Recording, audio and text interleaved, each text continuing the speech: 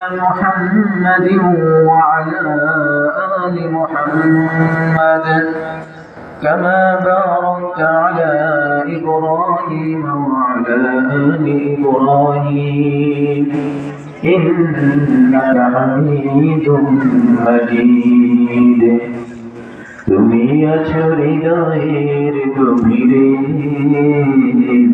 ভুলবো তোমায় বলো কি করে তুমি আছো হৃদয়ের গভীরে ভুলবো তোমায় বলো কি করে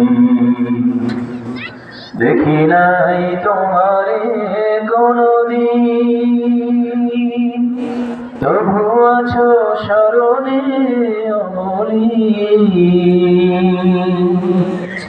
দেখি নাই তোমারে কোনদিন তবু আছো স্মরণে অমলিন প্রেমের ভুবনে তোমারি বিরহ ব্যথায় নিশীথে সে পারিরা ঝরে তুমি আছো হৃদয়ের গভীরে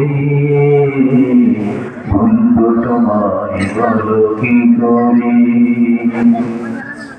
তোমায় ভুলে যদি যাই গো কবু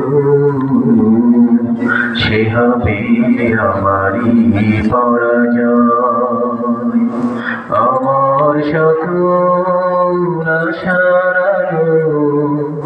অবিলাই হারিয়ে যাবে নাই অবিলাই হারিয়ে যাবে হায় তোমারে যতবার খুঁজেছি কোরআনের পথ তো বুঝেছি তোমারে যতবার খুঁজেছি খুঁজেছি খুঁজেছি খুঁজেছি তোমারে যতবার খুঁজেছি কোরআনের পথ তো বুঝেছি নিজেকে চিনেছি হে রাসূল নবীজি তোমার পাঠানো ঠিকানা পড়ে তুমি আছো হৃদয়ের গভীরে ভুলবো তোমায় বলো কি করে বলাহুল উলা বিকামালিহি কাশাফাত দুজা বিজামালিহি হাসনাত জামিউ খিসালিহি সাল্লু আলাইহি ওয়া আলিহি আপন আপন বলো জানে সে তো তোমার আপন নয় তোমার আপন যিনি শুয়ে আছেন মদিনায় বলাহুল উলা বিকামালিহি কাশাফাত দুজা বিজামালিহি হাসনাত জামিউ খিসালিহি সাল্লু আলাইহি ওয়া আলিহি মুহাব্বত শাফি গায় বন্ধু লা ইলাহা ইল্লাল্লাহ জোরে লা ইলাহা ইল্লাল্লাহ লা ইলাহা ইল্লাল্লাহ নেই কোনো মাবুদ আল্লাহ ছাড়া লা ইলাহা ইল্লাল্লাহ লা ইলাহা ইল্লাল্লাহ আল্লাহ নামে জিকির করবে যারা আল্লাহর কাছে প্রিয় তারা আল্লাহর কাছে প্রিয় যারা জান্নাতে প্রবেশ করবে তারা জোরে লা ইলাহা ইল্লাল্লাহ লা ইলাহা ইল্লাল্লাহ মুহাম্মাদুর রাসূলুল্লাহ সাল্লাল্লাহু আলাইহি ওয়াসাল্লাম ধরাটাঙ্গর কেন্দ্রীয় জামে মসজিদ থেকে আয়োজিত দ্বিতীয় বার্ষিক তাফসীরুল কোরআন মাহফিলের সম্মানিত শ্রদ্ধেয় সভাপতি হাফেজ আবুল কাসেম সাহেব দামাল বরকাতুহু আলিয়া আজকে প্রোগ্রামের প্রধান আলোচক প্রধান বক্তা সারা বাংলার আলোর সৃষ্টিকারী বন্ধুবার মুফতি ওবায়দুল্লাহ বিন সাঈদ দামাল বরকাতুহু আলিয়া পরিচালক রওজাতুল উলুম মাদ্রাসা ও খতিব বাইতুল মামুর জামে মসজিদ বারিধারা, ঢাকা। আমার পূর্বে আলোচনা পেশ করেছেন হযরত মাওলানা মুফতি ইয়াসিন আরাফাত সাহেব, শিক্ষা সচিব, দারুল কোরআন আল ইসলামিয়া মাদ্রাসা রাঙ্গা সহ জাতির শ্রেষ্ঠ সন্তান হযরত উলামায়ে কেরাম, আমার সামনে উপস্থিত একটি সমতুল্য মুরব্বিয়ানে কেরাম, সমসাময়িক যুবক ভাই বন্ধুগণ, স্নেহের কচিকাঁচার ছোটরা, পর্দার অন্তরালে অবস্থানরত পর্দানিশীন মা ও ভগ্নীগণ, দয়াময় প্রেমময় মহান স্রষ্টা রব্বুল আলামিনের আলিশান দরবারে লাখ কোটি শুকর, যে মহামনিব আপনাকে আমাকে অত্যন্ত দয়া করে মায়া করে ভালোবেসে আজকের এই মুহূর্ত পর্যন্ত সুস্থ সবল রেখে কোরআনের এই সুন্দর প্রোগ্রামে অংশগ্রহণ করার মতো সুযোগ এবং তৌফিক দান করেছেন, সেই মহামনিবের দরবারে কালিমাতুল শুকর সকলেই বলি আলহামদুলিল্লাহ। আর একটু জবান খুলে বলি আলহামদুলিল্লাহ। লক্ষ্য করে দরুদ ও সালাম মানবতা রতন্ত্র পড়ি আমার আপনার হৃদয় মুকুর কলিজার টুকরা জনাবে মুহাম্মদুর রাসূলুল্লাহ সাল্লাল্লাহু আলাইহি ওয়াসাল্লামের উপর। সম্মানিত সুধী, যেহেতু তাফসীরুল কোরআন মাহফিল, সুতরাং কোরআনে কারীমের কোন একটা আয়াত নিয়ে আলোচনা করলে মোটামুটি ভালো হয় নাকি বলেন? সময় পেলে আয়াতের পাশাপাশি মা বাবার জন্য দু চারটি কথা বলে যুবক ভাইদের জন্য দু চারটি নসিহত করে বিদায় নেব ইনশাআল্লাহ।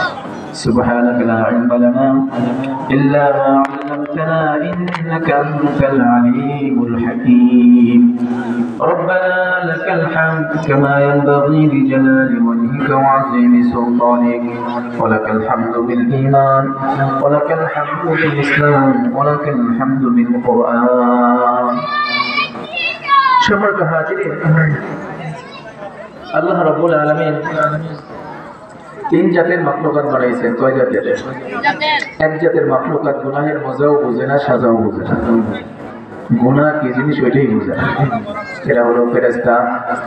গুনাহের মজাও তারা বুঝে না, গুনাহের সাজাও তারা বুঝে না। কে ফেরেশতারা বুঝে? গুনাহ করার সাজি আল্লাহ তাদেরকে দেন নাই, চাইলেই দেন। আরেক প্রকার মাখলুকাত হলো গুনাহের মজা বুঝেন কিন্তু সাজা হবে এটা বুঝে না। সাজা হবার কোনো ভয় তাদের মধ্যে নাই, এরা হলো জীব জানোয়ার। আরেক প্রকারের মাখলুকাত হলো গুনাহের মজাও বুঝে আবার সাজাও বুঝে, আছে না নাই? গুনাহ করলে মজা লাগে, আবার গুনাহ করলে শাস্তি হবে ভয়ও আছে, এটা হলো মানব কুল। মানব জাতিরা গুনাহের মজাও বুঝে আবার সাজাও বুঝে। আল্লাহ রাব্বুল আলামিন জগৎ বানাইছেন তিনটা। কয়টা জগৎ? একটা জগৎ হলো যেখানে সুখ বলতে কোনো শব্দ নাই, শুধু কষ্ট আর কষ্ট, দুঃখ আর দুঃখ, বেদনা আর বেদনা, যন্ত্রণা আর যন্ত্রণা ছাড়া কিছু নাই। ওইটা হলো জাহান্নামের জগৎ, আছে না নাই? আরেকটা জগৎ হলো দুনিয়ার জগৎ, যেখানে সুখও আছে, দুঃখও আছে, আনন্দ আছে, বেদনাও আছে, দুইটাকে পাশাপাশি নিয়ে জীবন যাপন করতে হয়, এটা হলো দুনিয়ার জগৎ। আরেকটা জগৎ আল্লাহ বানাইছেন, ওই জগতের মধ্যে দুঃখ বলতে কোনো শব্দ নাই। সুবহানাল্লাহ। শুধু সুখ আর সুখ, মন যা চাবে তাই আল্লাহ রাব্বুল আলামিন সেইখানের মধ্যে আপনাকে আমাকে দিবেন। আল্লাহ পাক বলেন, ওয়ালাকুম ফিহা মা তাশতাহি আনফুসুকুম ওয়ালাকুম ফিহা মা তাদউন। যা চাবে তাই তোমাদেরকে দান করা হবে, কোনো রকমের কমতি করা হবে না। দুনিয়ার জীবনে মনে অনেক কিছু চায় কিন্তু আমরা পাই না। মন চায় অনেক কিছু খাইতে, আমাদের সাধ্য নাই। মন চায় অনেক জায়গায় যাইতে, আমাদের সাধ্য নাই। কিন্তু যদি জান্নাতের মেহমান হতে পারি, মনে যা চাবে আল্লাহ রাব্বুল আলামিন সকল চাওয়া শতভাগ পূরণ করে দিবেন। সুবহানাল্লাহ। পৃথিবীর সকল মানুষের তিন প্রকার। কয় প্রকার? তিন প্রকার। কয় প্রকার? কোরআন থেকে বলতেছি, আসল সামনে ঢুকতেছি ইনশাআল্লাহ। এক প্রকার হলো মুমিন। কোরআনে হাকিমের মধ্যে আল্লাহ রাব্বুল আলামিন সূরা মুমিনুন নামে একটা সূরা নাযিল করেছেন, না ছিল নাই? قد أفلح المؤمنون الذين هم في صلاتهم خاشعون। মুমিনদের গুণাবলী সম্পর্কে আল্লাহ তাআলা এই সূরার মধ্যে আলোচনা করেছেন। 7টা থেকে 9টা 10টা পর্যন্ত গুণাবলীর কথা বলা হয়েছে। এক প্রকার হলো মুমিন। এই পৃথিবীর সকল মানুষ তিন প্রকারের মধ্যে আরো একটা প্রকার হলো কাফের, আছে না নাই?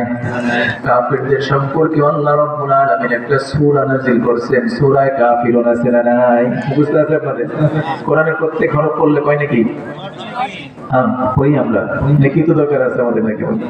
আউযু বিল্লাহি মিনাশ শাইতানির রাজীম। বিসমিল্লাহির রাহমানির রাহিম। قل يا أيها الكافرون لا أعبد ما تعبدون ولا أنتم عابدون ما أعبد ولا أنا عابد ما عبدتم ولا أنتم عابدون ما أعبد لكم دينكم ولي دين الله মুসলমান বন্ধুরা, মানুষ পৃথিবীতে তিন প্রকার। দুই নম্বর প্রকার হলো কাফের, আছে না নাই? তিন নম্বর হলো মুনাফিক, আছে না নাই? মুনাফিকদের সম্পর্কে আল্লাহ রাব্বুল আলামিন একটা সূরা নাযিল করেছেন, সূরা মুনাফিকুন। ইযা জাআকাল মুনাফিকুনা ক্বালু নাশহাদু ইন্নাকা লারাসূলুল্লাহ। আল্লাহ পাক মুনাফিকদের সম্পর্কে আলাদা একটা সূরা দিয়েছেন। তার মানে হলো গোটা পৃথিবীতে যত মানুষ আমরা দেখি, সকল মানুষ আল্লাহ পাকের বিচারে হলো তিন প্রকার। কয় প্রকার? তিন প্রকার। আমরা আজকে আলোচনা করব কোন প্রকারের পরিণাম কি, আমরা কোন দলে আছি। কথা পরিষ্কার? আলোচনা বিষয় পরিষ্কার? কোন প্রকারে আমরা আছি, কোন প্রকারের পরিণাম কি। আসুন, মুমিনদের পরিণাম খুবই ভালো। কি ভালো? এরা মরবে সোজা জান্নাতে চলে যাবে। মুমিন এদের পরিণাম খুব ভালো, যা চাবে তাই দিবে। কাফেরদের পরিণাম সাংঘাতিক মন্দ।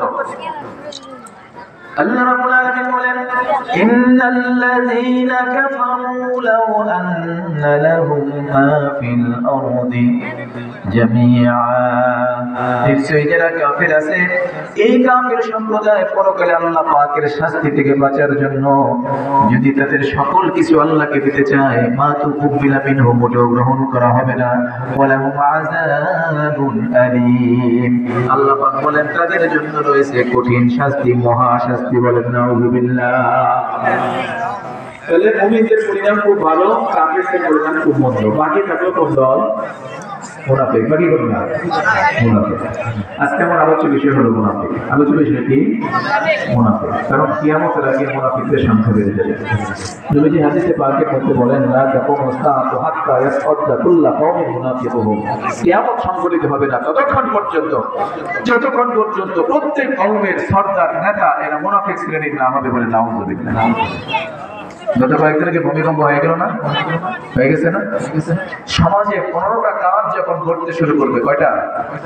মানুষ যখন 15টা মন্দ স্বভাবে অভ্যস্ত হয়ে পড়বে, তখন আল্লাহ পাক ভূমিকম্প দিবেন, তখন আল্লাহ পাক গরম বাতাস দিবেন, গরম বাতাস, ঝঞ্ঝাবায়ু দিবেন। তখন আল্লাহ রাব্বুল আলামিন আমাদের উপরে ধাপে ধাপে বিভিন্ন রকমের মুসিবত দিবেন। ধাপে ধাপে মুসিবত আসতেই থাকবে, আসতেই থাকবে। সময় পেলে শেষে এই 15টা বিষয় নিয়ে আলোচনা করব। আসুন আমরা প্রথম দিকে ঢুকে যাই। মুনাফিক সম্পর্কে আমার আলোচনা। মুনাফিক সম্পর্কে দুইটা পয়েন্টের কথা হবে। এক নম্বর হলো মুনাফিকের পরিচয় কি, দুই নম্বর হলো মুনাফিকের পরিণাম কি। এই দুইটা বিষয় নিয়ে আলোচনা করলে আমরা মোটামুটি বুঝে ফেলবো আমরা কোন দলে আছি, আমাদের কি করা উচিত। কথা বুঝতে পেরেছি? প্রশ্ন হচ্ছে আপনাদের, এটা তাকবীর দেন, নারায়ে তাকবীর। এটা হয় নাই, এটা গো ব্যাক ফিরত আবার দিতে হবে, নারায়ে তাকবীর। আসুন, পরিচয়টা আমরা একটু পরে শুনি, পরিণামটা জানি। কারণ পরিণাম জানা থাকলে মানুষ হয়তো ওই কাজে আগ্রহী হয়, না হলে ওই কাজ থেকে দূরে আসে। ছেলেকে ডাক্তার বানাইতে হবে কেন? পরিণাম জানে। একটা প্রেসক্রিপশন করে দিলেই 500, 1000, 1500, 2000। এই জন্য ছেলেকে ডাক্তার বানাইতে চায়। কথা ঠিক না? পরিণাম জানা থাকলে মানুষ সেখানে আগ্রহী হয় অথবা দূরে থাকে। আবার দেখেন আগুনে হাত দিলে পড়ে যায়, পরিণাম জানা আছে, কেউ আগুনে হাত দেয় না, তাই না? পরিণাম, এই জন্য আমরা পরিণাম সম্পর্কে জানবো। মুনাফিকদের পরিণাম সম্পর্কে কোরআনে কারিমের 3টা আয়াত আপনাদের শোনাইব। কয়টা আয়াত? কয়টা আয়াত? 3টা আয়াত।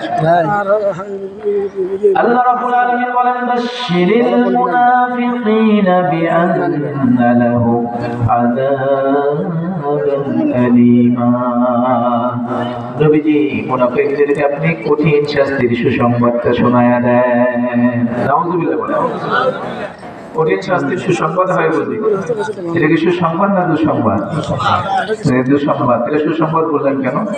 ওরা ইসলামকে নিয়ে, ঈমানকে নিয়ে, আমলকে নিয়ে, আল্লাহ আল্লাহ রাসূলকে নিয়ে, কোরআনকে নিয়ে, উলামায়ে কেরামকে নিয়ে মসজিদ মাদ্রাসা নিয়ে তামাশা করে, মজাক করে।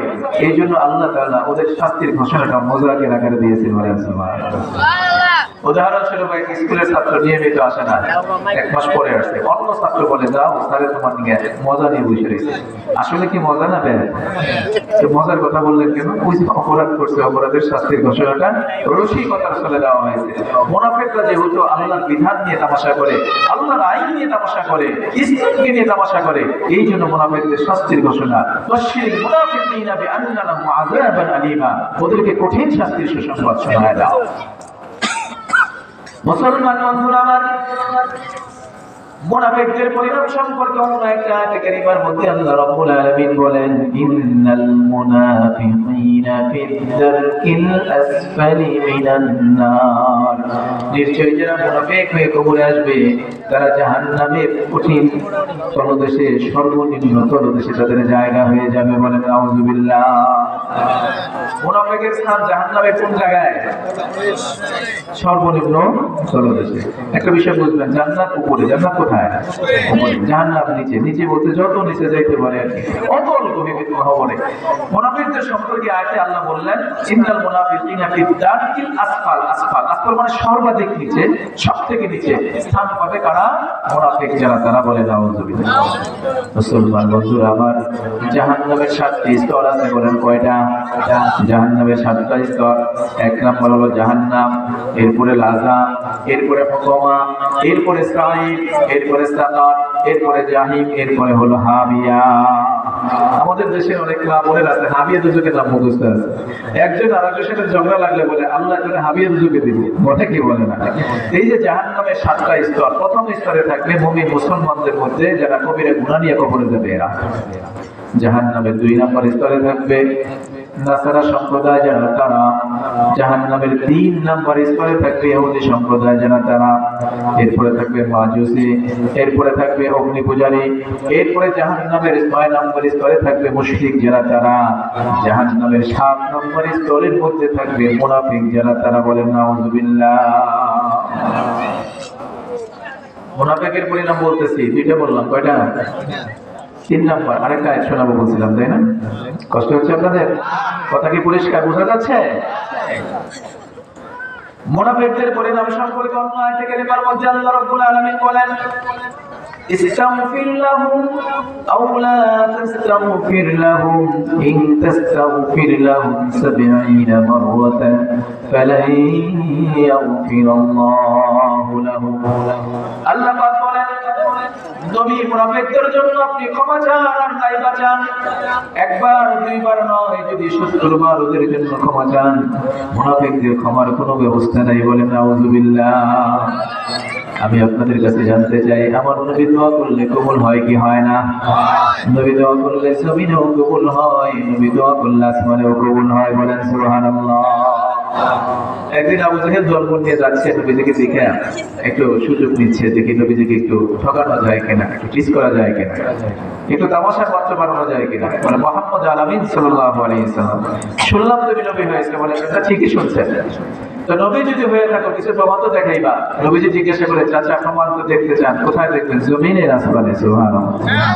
আবু জাহেল বলে, ভাবছিলাম জমিনের কথাই বলবো, তুমি যখন আসমানের কথা বলছো, তো আসমানের প্রমাণই দেখাও, কি প্রমাণ তুমি দেখাইতে বলো? ও চাচা আপনি বলেন আসমানের কি প্রমাণ আপনি দেখতে চান? আবু জাহেল দেখে বলে, ভাতিজা ওই যে আকাশের চাঁদ দেখা যায়, যদি খন্ড করে দেখাইতে পারো বুঝবো তুমি নবী হয়েছো। নবীজি ডেকে বললেন, চাচা যান, সত্যি যদি আকাশের চাঁদ খন্ড করে আপনাকে দেখাইতে পারে, আপনি কি কালিমা পড়বেন, মুসলমান হবেন, আপনি কি ঈমান গ্রহণ করবেন? আবু জাহেল ছিল বড় দুষ্ট, নসিবে ছিল না ঈমান, এই জন্য বুদ্ধি খাটায়, মাথা খাটায়। মাথা কাটিয়ে বলে, সত্যি যদি চাঁদ খন্ড করে দেখাইতে পারো, বিবেচনা করে দেখবো মুসলমান হওয়া যায় কি যায় না। বিবেচনা করবে, এমন সত্য দেখার পরেও বিবেচনা করবে। পৃথিবীতে অনেক মানুষ এমন আছে, কোরআনের সত্যতা চোখের সামনে স্পষ্ট থাকার পরেও তারা কালিমা গ্রহণ করতেছে না। কথা বলে ঠিক কিনা? এরকম আবু জাহেল মার্কা, এই মার্কা আবু জাহেল মার্কা। নবী আমার ডেকে বললেন, চাচা যান, আকাশের চাঁদ খণ্ড করার দাবি আপনি পেশ করেছেন, আমি চেষ্টা করে দেখব। আল্লাহ পাকের সামনে কথা বললেন, আল্লাহ তাআলা তোমার বন্ধুর সম্মান রক্ষা করার দায়িত্ব তোমার। আমি আল্লাহর নাম নিয়ে আকাশের চাঁদের দিকে ইশারা করলাম। শাহাদাত আঙ্গুলের ইশারা দিয়ে বললেন, ও আকাশের চাঁদ, আল্লাহর হুকুমে বলছি তুমি দ্বিখণ্ডিত হয়ে যাও। নবীজির বলতে দেরি হলো, আকাশের চাঁদ কিন্তু খণ্ড হতে দেরি হয় নাই। বলেন সুবহানাল্লাহ। আবু জেহেল চিন্তা করে গেছে, ভাবলাম কি আর হইল, ভাবছিলাম মোহাম্মদ আলামীকে আটকাবো, উনি উল্টা আটকায় দিলেন। কিরকম? আমি তো জানি মনের থেকে আমি কালিমা বলবো না, কিন্তু আমার অনুসারী যারা আছে এরাই সত্য দেখার পরে এখন তো আমার দল ত্যাগ করে ওই দলে যোগদান করবে। তা আমার বিজয়ের পরিবর্তে কি পরাজয় হয় না? পরাজয় তো সহজে মেনে নেওয়া যাবে না, দেখি বুদ্ধি আর খাটাই। ওনার তো আবু জেহেল, আবু জেহেল তো পরে নাম হয়েছে ইসলাম না বুঝার কারণে, আগে তো ছিল আবুল হাকাম, বুদ্ধিজীবীদের পিতা। আমাদের দেশে অনেক বুদ্ধিজীবী আছে, সমাজে বিচার আচার ঠিকই করে, কিন্তু মসজিদে যায় না, তারা নাই। সব জায়গায় বুদ্ধি আছে, কিন্তু নামাজের বেলায় বুদ্ধি নাই, রোজার বেলায় বুদ্ধি নাই, হালাল হারামের বেলায় বুদ্ধি নাই। এরা বুদ্ধিজীবী নয়, এরা আবু জেহেলের উত্তর শুরু কথা বলে, ঠিক কিনা? মুসলমান বন্ধুরা আমার, আবু জেহেল মাথা খাটায়, বুদ্ধি খাটিয়ে বলে, ও আমার দলের লোকেরা শোনো, আকাশের চাঁদ কিন্তু ঠিকই আছে, আমি দেখতেছি, কিন্তু মুহাম্মদ আলামিন বড় মাপের একজন জাদুকর তোমাদের চোখে ভেলকি লাগিয়ে দিয়েছে। বলেন নাউযুবিল্লাহ। আকাশের চাঁদ খণ্ড হয়েছিল এই প্রমাণ বিজ্ঞানীরা পায় নাই? কি বলেন, পায় নাই? নীল আর্মস্ট্রং সহ আরো দুইজন নভোচারী তারা যে চাঁদে গিয়েছিলেন, চাঁদে যাওয়ার পরে গেছিলেন এক কাজ নিয়ে, কি কাজ? চাঁদে বসবাস করা যায় কিনা, অথবা ফসল উৎপাদন করা যায় কিনা, দুই কাজ নিয়ে গেছে। উনি দেখেন যে না, চাঁদে বসবাস যোগ্য নয়, কেন? মাটি নেই, অক্সিজেন নেই, বসবাস করা যাবে, মাটিও নাই, উৎপাদন করা যাবে না। তবে সেখানে গিয়ে তিনি পাইলেন চাঁদের ফাটল। কি পাইলেন? চাঁদের ফাটল। সচক্ষে দেখে সেখান থেকে ওই পাথরময় মাটি সেখান থেকে নিয়ে আসলেন, নিয়ে এসে জমিনে বসে 6 মাস পর্যন্ত গবেষণা করলেন। নাসা বিজ্ঞানীদের গবেষণা কেন্দ্রে বসে 6 মাস পরে বের হয়ে রিপোর্ট দিলেন, আকাশের এই চাঁদের ফাটল এটা আজকে হয় নাই, আজ থেকে 1400 বছর আগে হয়েছে। বলেন সুবহানাল্লাহ। উনি ইসলামের সত্যতা প্রমাণ পাইলেন। 1400 বছর পূর্বে মুহাম্মদ আলামিন আরবের একজন নবী, বিশ্ব নবী বলে খ্যাত, ওনার হাতের ইশারায় চাঁদ খণ্ড হয়েছিল। যেই নবীর হাতের ইশারায় আকাশের চাঁদ খণ্ড হতে পারে, ওই নবী সত্য হওয়াতে কোনো সন্দেহ না। কালিমা পড়ছে, মুসলমান হয়ে গেছে। কিন্তু আবু জেহেল দেখলো, দেখাও বিশ্বাস করো। নবীজি দোয়া করলে কবুল হয় কি হয় না? নবীজি দোয়া করলে কবুল হয়। আরেকটা মিসাল দেখাই। হযরত আবু হুরায়রা রাদিয়াল্লাহু তাআলা রাসূলের একজন বিখ্যাত সাহাবী, সবথেকে বেশি হাদিস বর্ণনা করছেন।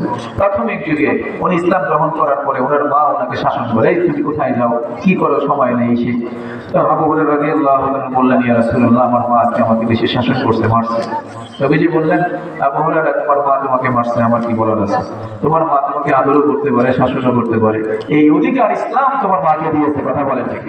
কারণ তোমার মা কষ্ট করে তোমাকে পেটে ধারণ করেছে, কষ্ট করে তোমাকে প্রসব করেছে, কষ্ট করে তোমাকে দুধ পান করে লালন পালন করেছে। এই জন্য মা শুধু আদর করবে এমন না, মা শাসনও করবে। কথা বলেন ঠিক? ওগো মা তুমি এ ধরনের শ্রেষ্ঠ নিয়ামত, তোমারই পদতলে রয়েছে জান্নাত। ঠিক না? ওগো মা তুমি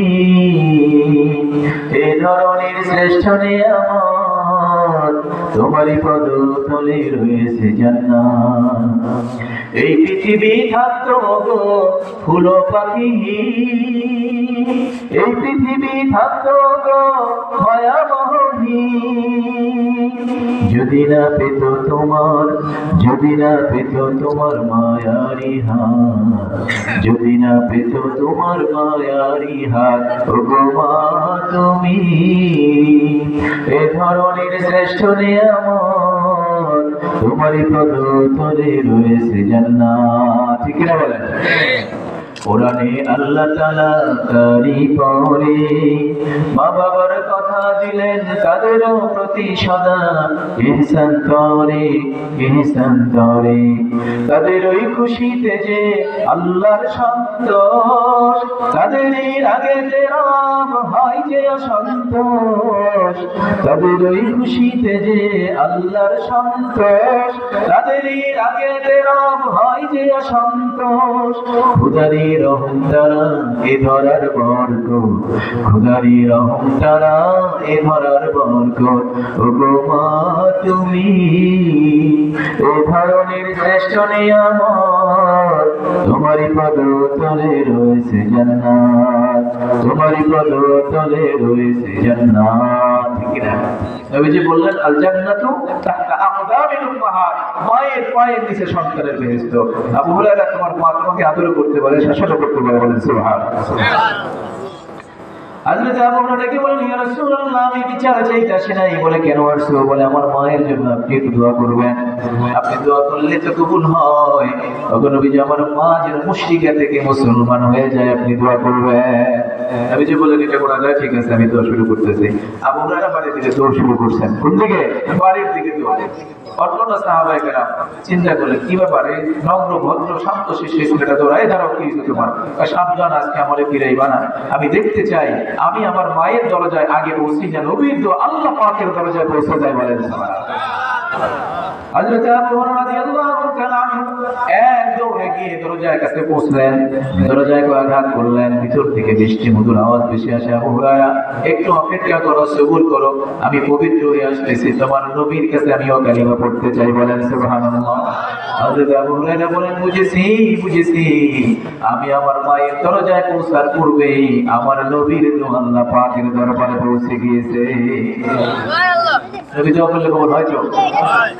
আল্লাহ রাব্বুল আলামিন বলেন ওয়ালা সাউফা ইউতিকা রাব্বুকা ফাতারদা, নবী আপনি চাইতে দেরি, আমি আল্লাহ দিতে দেরি নাই। আপনি খুশি তো আমি আল্লাহ খুশি, আপনি যতক্ষণ খুশি না হবেন ততক্ষণ পর্যন্ত আমি দিতেই থাকবো, দিতেই থাকবো, দিতেই থাকবো, বলেন সুবহানাল্লাহ। নবী দোয়া করলে কবুল হয়, কিন্তু এখানে কি বললেন? কথা কি বুঝতেছেন?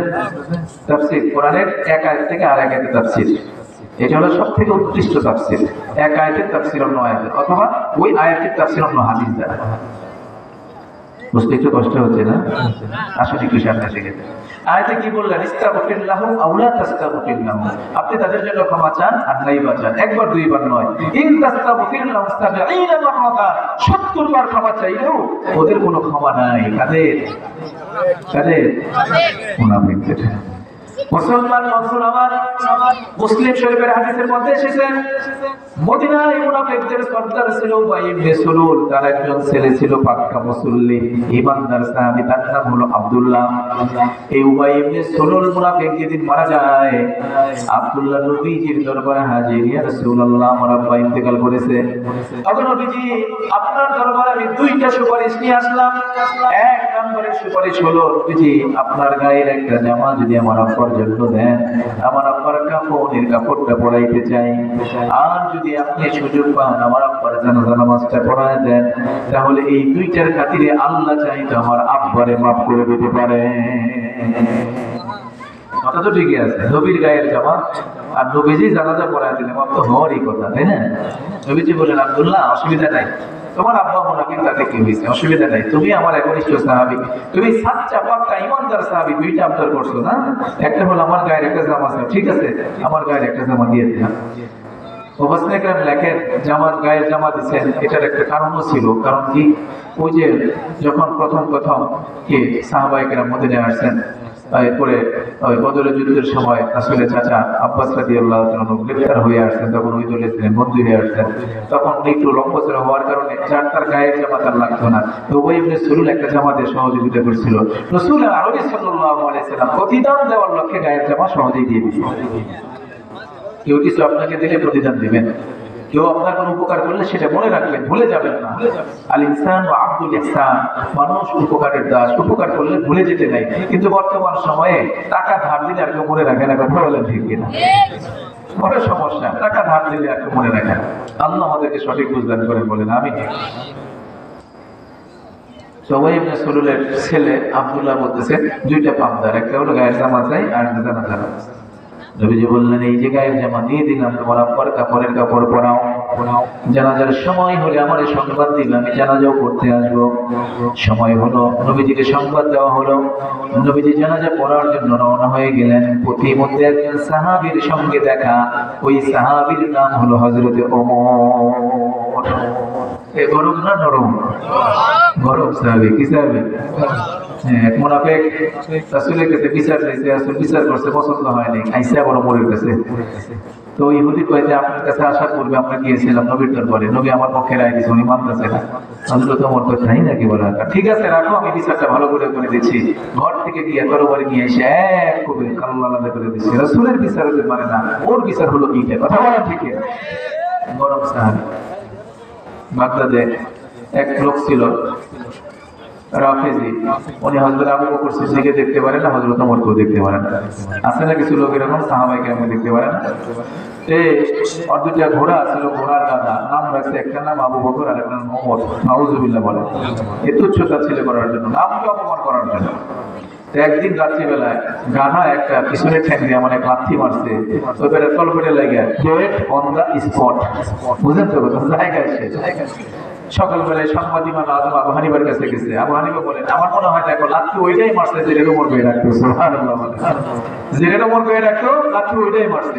খোঁজ নিয়ে দেখা গেল আসলে লাথি ওইটাই মারছে যেটা ওমর গায়ে রাখতো, না মেরে কিছু শাসিল থাকে। তো হযরত ওমর রাস্তায় দাঁড়ানো বলে ইয়া রাসূলুল্লাহ কই যান? জানাজা পড়তে যায়। কার জানাজা? ওই মুনাফিকের জানাজা আপনি পড়তে যাবেন, যেই মুনাফিক আম্মা জান আয়েশার বিরুদ্ধে অপবাদ লাগাইছে।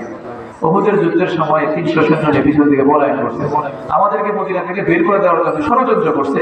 ইসলামের নাম মুখে বললো, কাজে একটাও করে নাই, সব সময় আমার বিরোধিতা করছে। রাসূল তারপরে আপনি মুনাফিকের জানাজায় যাবেন? এছাড়াও তো আল্লাহ বলছেন ইস্তাগফির লাহুম ইন তাস্তাগফির লাহুম ৭০ মাররাতান, ৭০ বার ক্ষমা চাইলেও ক্ষমা হবে না। রাসূল তারপরেও জানাজায় যাবেন? নবীজি ডেকে বললেন ওমর ৭০ বারের কথা আল্লাহ রাব্বুল আলামিন বলেছেন, কিন্তু আমি যদি জানতে পারি এর চাইতে বেশি ক্ষমা চাইলে আমার উম্মতের জন্য ক্ষমার ব্যবস্থা হবে, আমি নবী আমার উম্মতের জন্য ১০০ বার ক্ষমা চাইতেও রাজি। সুবহানাল্লাহ। এই হলেন আমাদের রাসূল।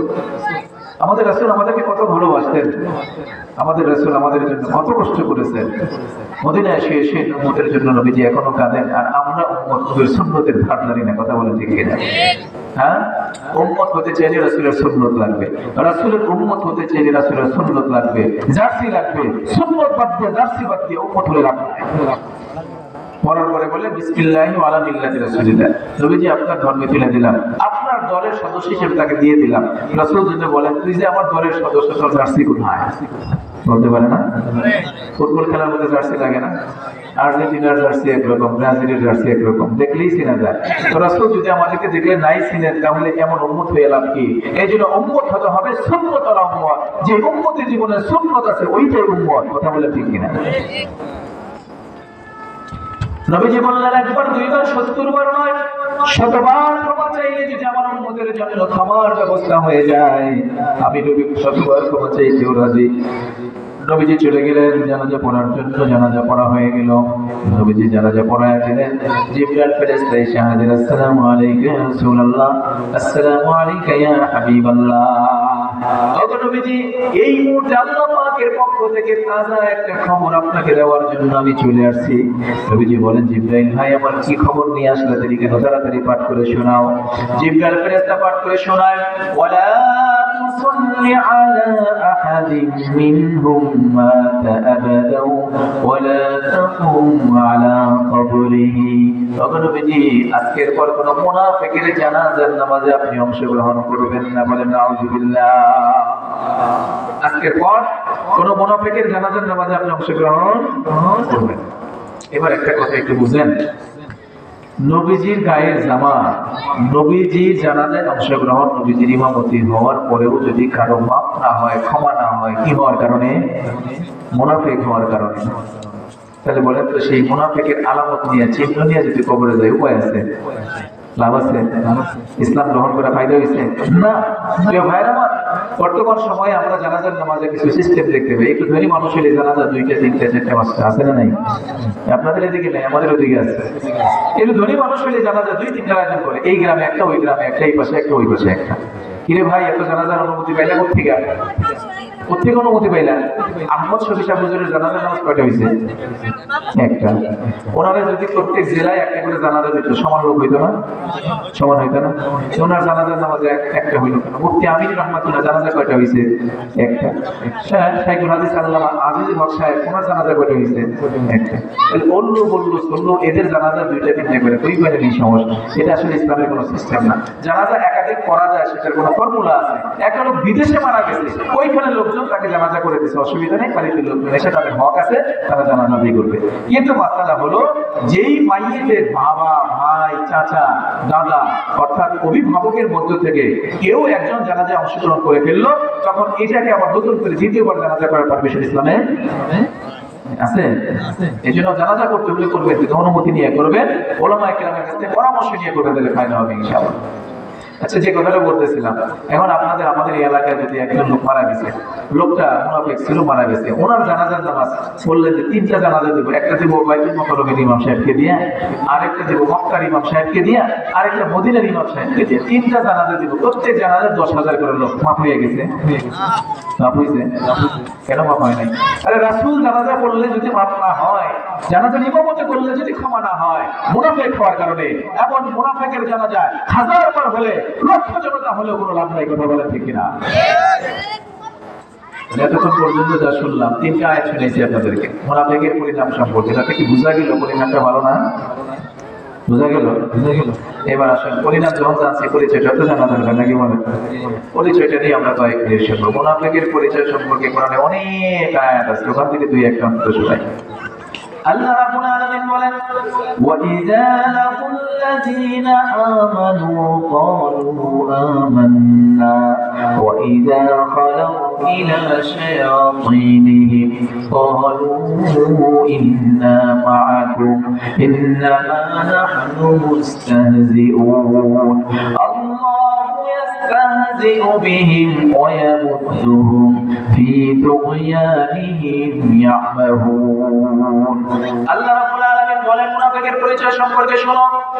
সূরা বাকারা প্রথম দিকে, সূরা বাকারা দ্বিতীয় নম্বর পৃষ্ঠা প্রথম দিকে আল্লাহ পাক বলেন, ওয়া ইযা লাকুল্লাযীনা আমানু ক্বালু আমান্না, যখন ঈমানদার দেখে তখন আমি আপনাদের সাথে আছি। কি যখন ঈমানদার দেখে তখন কি বলে? হুজুর দেখে, হুজুর আমি আপনাদের সাথে আছি। ইমাম সাহেব দেখে, হুজুর আপনার সাথে আছি। আবার যখন কাফেরদের মজলিসে যায়, বৈঠকে যায়, বেঈমানদের সাথে যখন চলাফেরা করে, তখন বলে আমরা তোমাদের সঙ্গেই আছি। এমন আছে না? দুদিন বান্দা কলম চোর, না পায় শ্মশান, না পায় দৌড়। কথা বলেন ঠিক কিনা? এই জন্য একজন কবি বলেন, কাবা মে হাজবি কিয়া গঙ্গা মুশান ভি খুশ রহে রহমান ভি রাজি রহে শয়তান ভি। বলে কাবায় গিয়ে হজ করবা, সুযোগ পেলে হিন্দুদের সাথে গঙ্গায় গিয়ে ডুবো দিবা, বলবা আল্লাহ খুশি থাক, শয়তান যেন বেজার না হয়। এই প্রকৃতির যারা আল্লাহর কোরআন বলে, এরাই হলো পাকাপোক্ত মুনাফিক। কথা বলেন, এরা কি পাকাপোক্ত মুনাফিক? कभी बोलें मस्जिद में जाकर नमाज पढ़ो, होटल में जाकर शराब पियो, ताकि रहमान भी राजी रहे, शैतान भी नाराज ना हो। तो मस्जिदे गিয়ে নামাজ আদায় করবে, আবার মদের আড্ডাখানায় যোগদান করবে, মনে মনে চিন্তা করবে ওটাও দরকার, এটাও দরকার, ওটাও ঠিকঠাক, এটাও ঠিকঠাক। দুইটাকে একত্র করে যারা করতে চায়, আল্লাহর কোরআন বলে এইটাই হলো মুনাফিক। কথা বলেন ঠিক কিনা? আবার কিছু কিছু আছে, ওনারা বলেন আমরা নিরপেক্ষ। কি পেক্ষ? আপনাদের এলাকায় নাই নিরপেক্ষ, বলে না ধর্ম নিরপেক্ষ। আসেনি, আমার কথা শুনেননি আপনারা? মুসলমান কখনো নিরপেক্ষ হতে পারবে? মুসলমান কার পক্ষের? কার পক্ষে বলেন? আল্লাহর পক্ষের। যখন থেকে আমি আপনি কালিমা পড়েছি, তখন থেকে আমরা কার পক্ষের? আল্লাহর পক্ষের। কালিমার সৈনিক আমরা, মৃত্যু পর্যন্ত কালিমার সৈনিক হিসাবে থাকতে চান কারা কারা? দুহাত উঁচু করে দেখান। আল্লাহ আমাদেরকে কালিমার জন্য কবুল করেন, বলেন আমিন।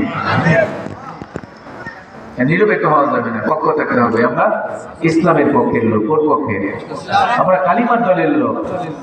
উলাইকা হিজবুল্লাহ, আমরা হিজবুল্লাহ, আল্লাহর দলের সৈন্য, আল্লাহর দলের সদস্য। আল্লাহ রাব্বুল আলামিন কোরআন হাকিমের মধ্যে বলেন, ভিডিওটা মানে মাঝখানে সেভ করে দিন জানি এখানে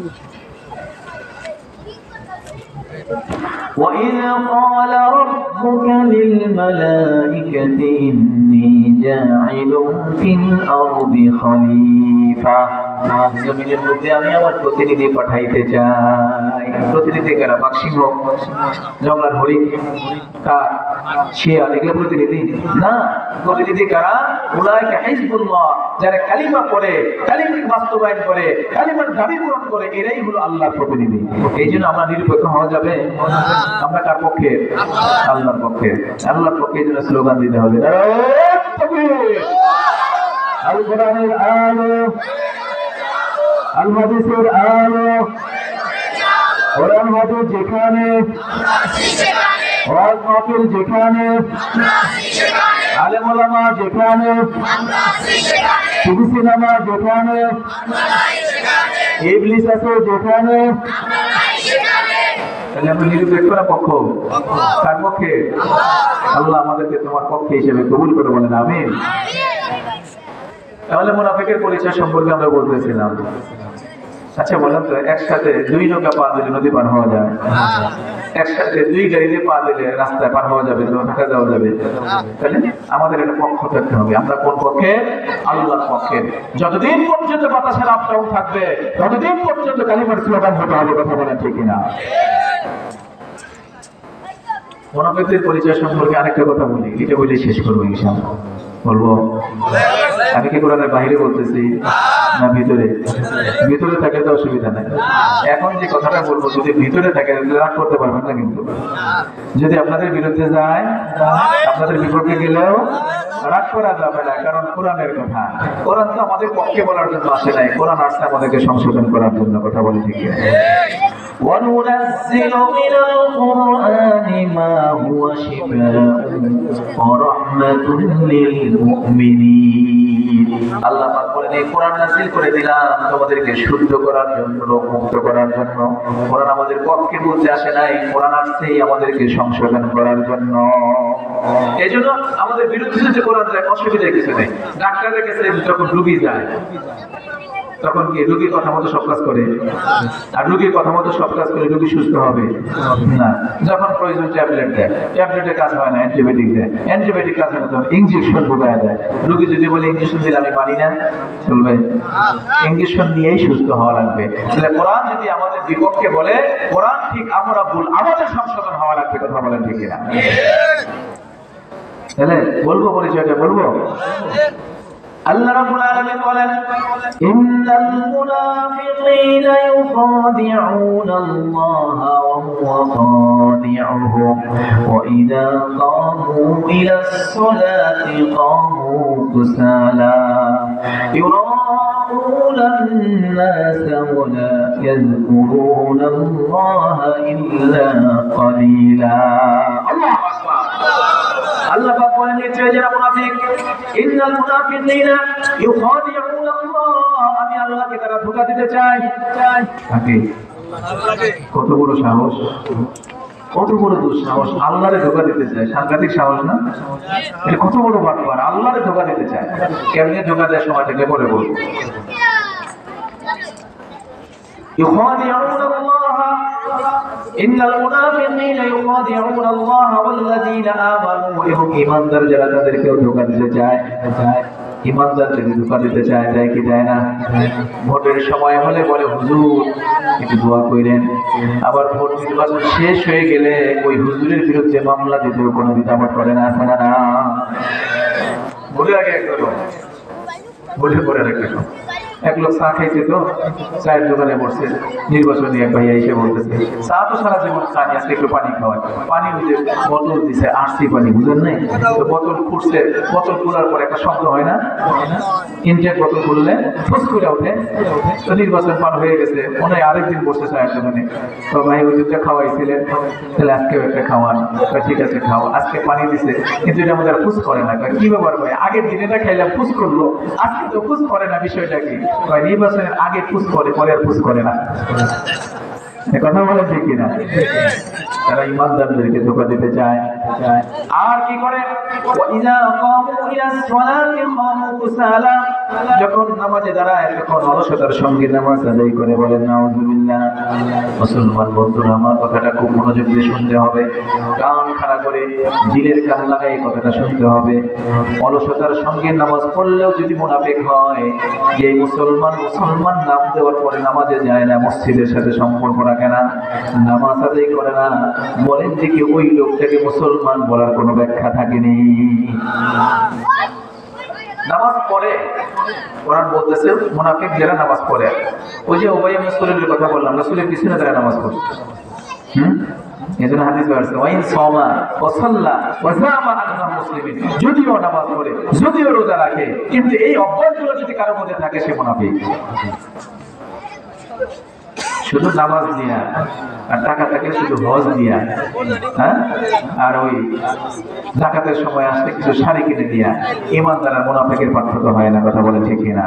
ইমানদার আর মুনাফিকের পার্থক্যটা হয় তখন যখন রাসূলের দুশমনরা রাসূলকে নিয়ে কথা বলে, কোরআনের দুশমনরা কোরআনকে নিয়ে কথা বলে, তখন নিজের সম্মানকে পিছনে ফেলে রাসূলের সম্মান রক্ষায়, কোরআনের সম্মান রক্ষায় যারা রাজপথে মিছিলে যাওয়ার জন্য বের হয়, তখনই প্রমাণ হয় কি সত্যিকারের মুনাফিক আর কি সত্যিকারের মুমিন। কথা বলে ঠিক কিনা?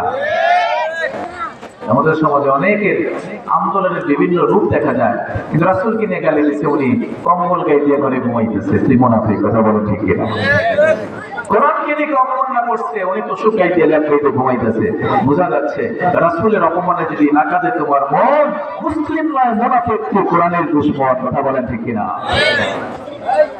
এই জন্য ইমানদার মুনাফিকের পরিচয় শুধু নামাজ দেওয়া হয় না, প্রয়োজনে তারা রাসূলের পক্ষে জীবন বাজি রেখে জিহাদের হুঙ্কার দিয়ে রাসূলের সম্মান রক্ষায় ময়দানে নামে, তখনই প্রমাণ হয় সত্যিকারের মুনাফিক না সত্যিকারের মুমিন।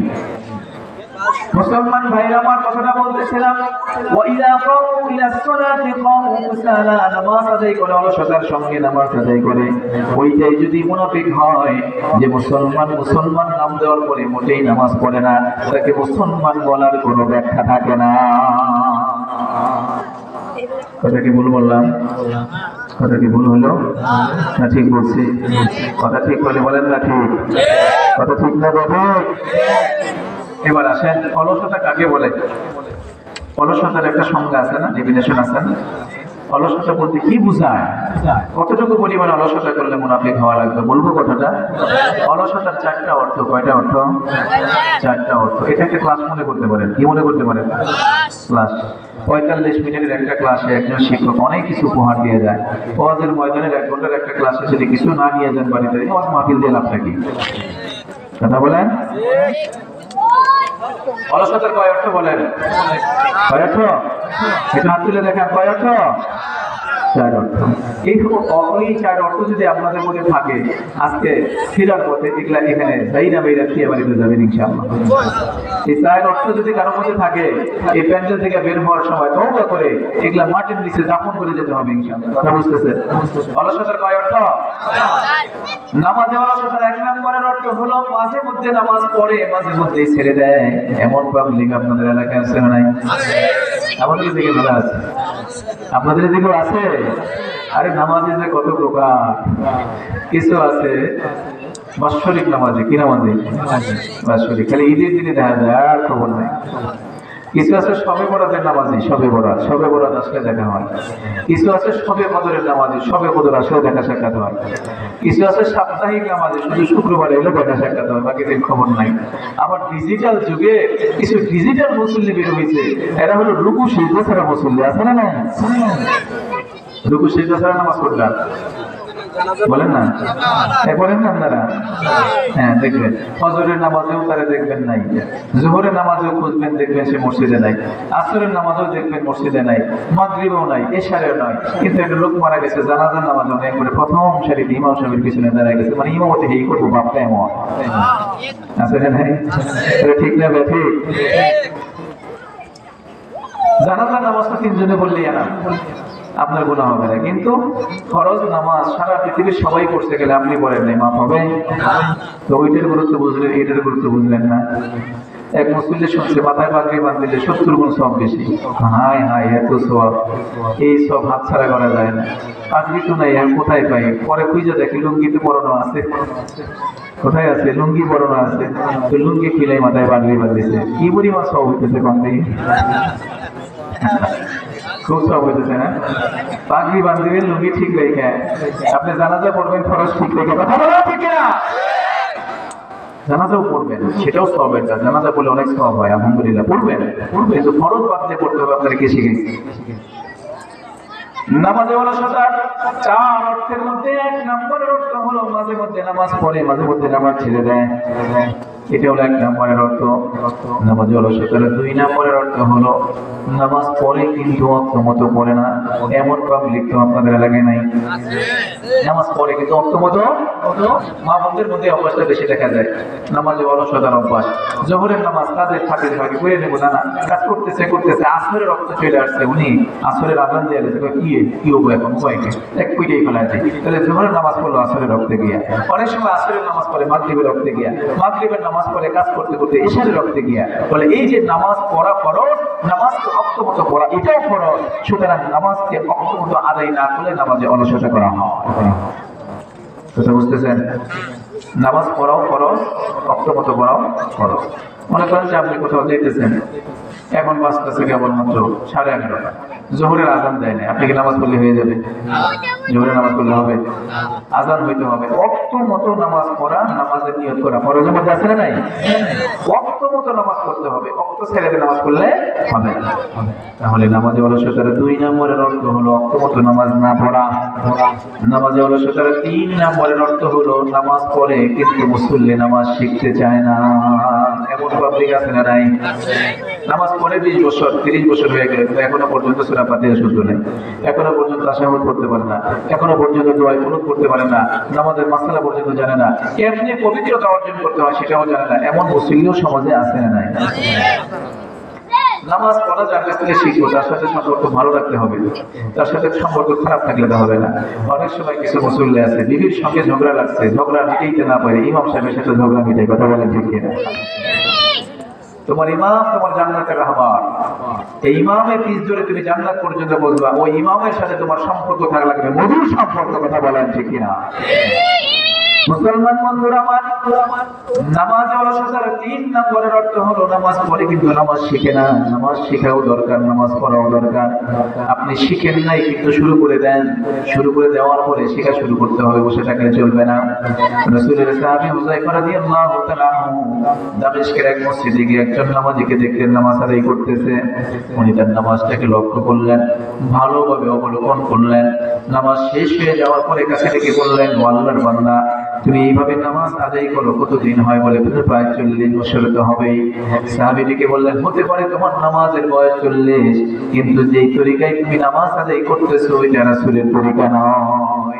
এইভাবে 40 বছর নামাজ আদায় করলেও আল্লাহর দরবারে কবুল হওয়ার সম্ভাবনা না। এই নামাজ খালি বললেই হবে না, শিখতে হবে। আচ্ছা বলো তো, দুনিয়াতে কোন কাজ না শিখে করা যায়? না শিখে করা যায় কোনো কাজ? একজন ভ্যান ড্রাইভারও ভ্যান ড্রাইভের আগে শিখে পরে রাস্তায় বের হয়। একজন মোটর সাইকেলওয়ালা প্রথমে চালানো শিখে এরপরে রাস্তায় বের হয়। একজন অফিসার অফিসে যোগদান করার পরে আগে নিয়ম কানুন শিখে তারপরে কাজে অংশগ্রহণ করে। একজন পুলিশে যোগদান করার পরে 6 থেকে 9 মাস ট্রেনিং করে এরপরে অস্ত্র কাঁধে তুলে নেয়। তো আপনি যে নামাজ দ্বারা জান্নাতে যাবেন ওই নামাজ আপনার শেখা লাগবে না? কি মনে লাগবে? কি লাগবে না? যে নামাজ আপনি শিখবেন ওই নামাজ যার কাছ থেকে শিখবেন তার সাথে সম্পর্ক ভালো রাখার দরকার আছে না নাই? আল্লাহ আমাদেরকে সঠিক বুঝদান করেন, বলেন আমিন। নামাজের অলসতার 4 নম্বরের অর্থ হলো নামাজ পড়ে কিন্তু পুরুষ মসজিদের জামাতে অংশগ্রহণ করে না। এমন পাবলিক আপনাদের এলাকায় নাই? আছে। এখন দেখবেন মসজিদ ঘন ঘন, মুসল্লি পাতলা পাতলা। এই কথা বলেন ঠিক না? মসজিদ হয় ঘন ঘন, মুসল্লি সাংঘাতিক পাতলা পাতলা। কারণ কি? কারণ হলো সমাজে মুসলমানের সংখ্যা কম, মুনাফিকের সংখ্যা বেশি, এই জন্য মসজিদ হয় ফাঁকা ফাঁকা।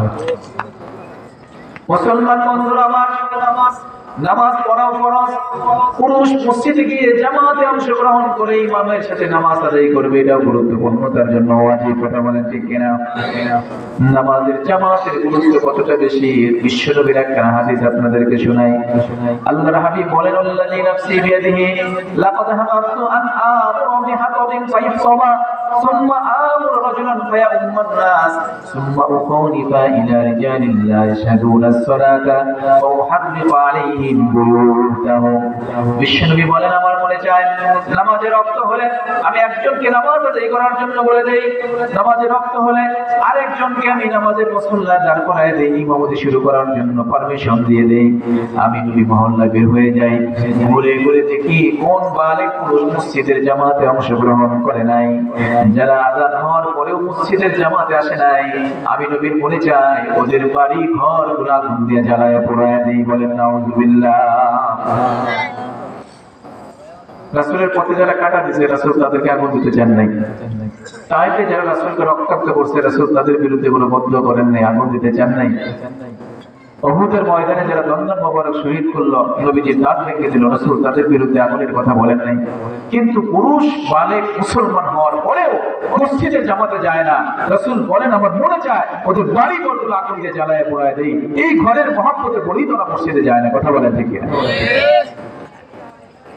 একজন অন্ধ সাহাবী বিশ্বনবীর দরবারে আসলেন। আব্দুল্লাহ ইবনে উম্মে মাকতুম দেখে বললেন, ইয়া রাসূলুল্লাহ, আমি তো অন্ধ মানুষ হওয়ার কারণে চোখে দেখি না, নামাজে আসে আমার জন্য বড় কষ্টকর। নবীজি আমাকে জামাতের ব্যাপারে রুখসত দেওয়া যায় কিনা? নবীজি বললেন, ও সাহাবী, আযান শুনতে পাও নাকি? বলে, আযান তো শুনতে পাই।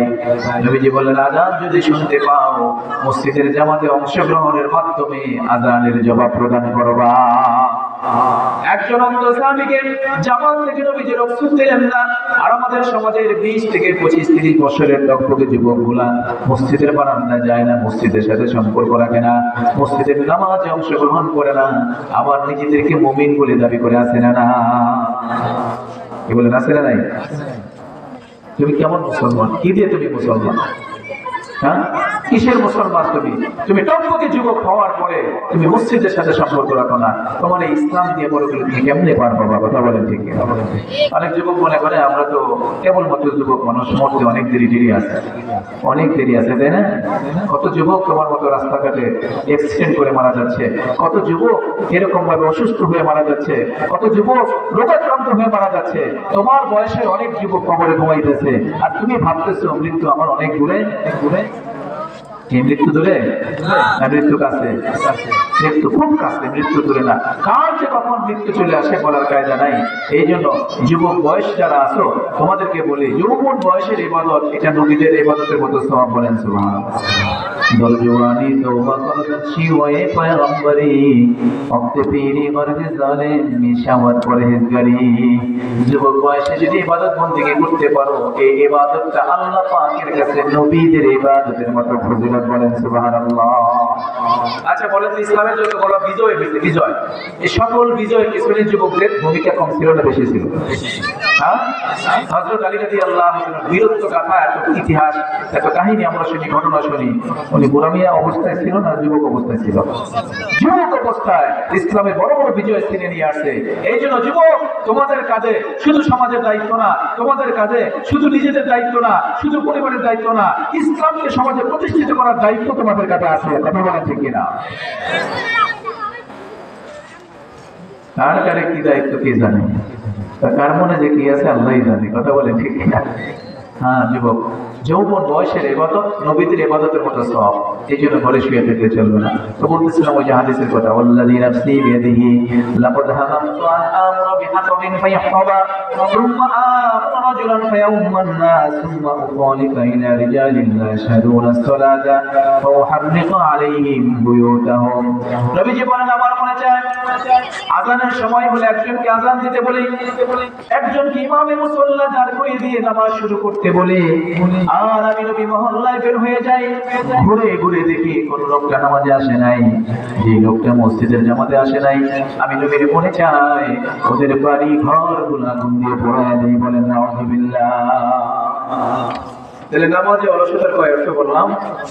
অর্থ চার অর্থ। এক নম্বর অর্থ হলো নামাজ মাঝে মধ্যে পড়ে মাঝে মধ্যে ছেড়ে যায়। এই রোগ যদি থাকে ছাড়বেন না ধরবেন? এই রোগ কি ছাড়বেন না সাথে রাখবেন? হ্যাঁ, এটা সাথে রাখলে কিন্তু মুনাফিক। দুই নম্বর হলো নামাজ পড়ে কিন্তু অর্থ মতো পড়ে না। তিন নম্বর নামাজ পড়ে কিন্তু নামাজ শিখে না। চার নম্বর নামাজ পড়ে কিন্তু পুরুষ মসজিদে অংশগ্রহণ করে না। এই প্রকৃতির যারা তাদের কোন কাতারের মধ্যে পড়ে?